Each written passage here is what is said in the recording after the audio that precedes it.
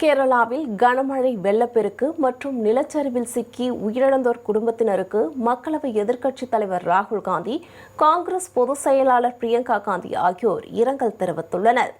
கேரளாவில் தொடர் கனமழையால் ஏற்பட்ட வெள்ளப்பெருக்கு மற்றும் நிலச்சரிவு உள்ளிட்ட சம்பவங்களால் 8 பேர் பலியானதாகவும் 13 பேர் காயமடைந்துள்ளதாகவும் அம்மாநில அரசு தெரிவித்துள்ளது.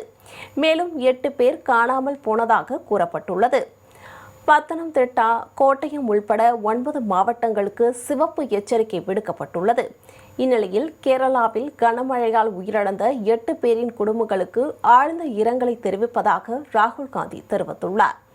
இது தொடர்பாக அவர் வெளியிட்டுள்ள எக்ஸல பதிவில், காணாமல் போனவர்கள் பத்திரமாக மீட்கப்படவும், காயமடைந்தவர்கள் விரைவில் குணமடையவும் பிரார்த்திப்பதாக குறிப்பிட்டுள்ளார்.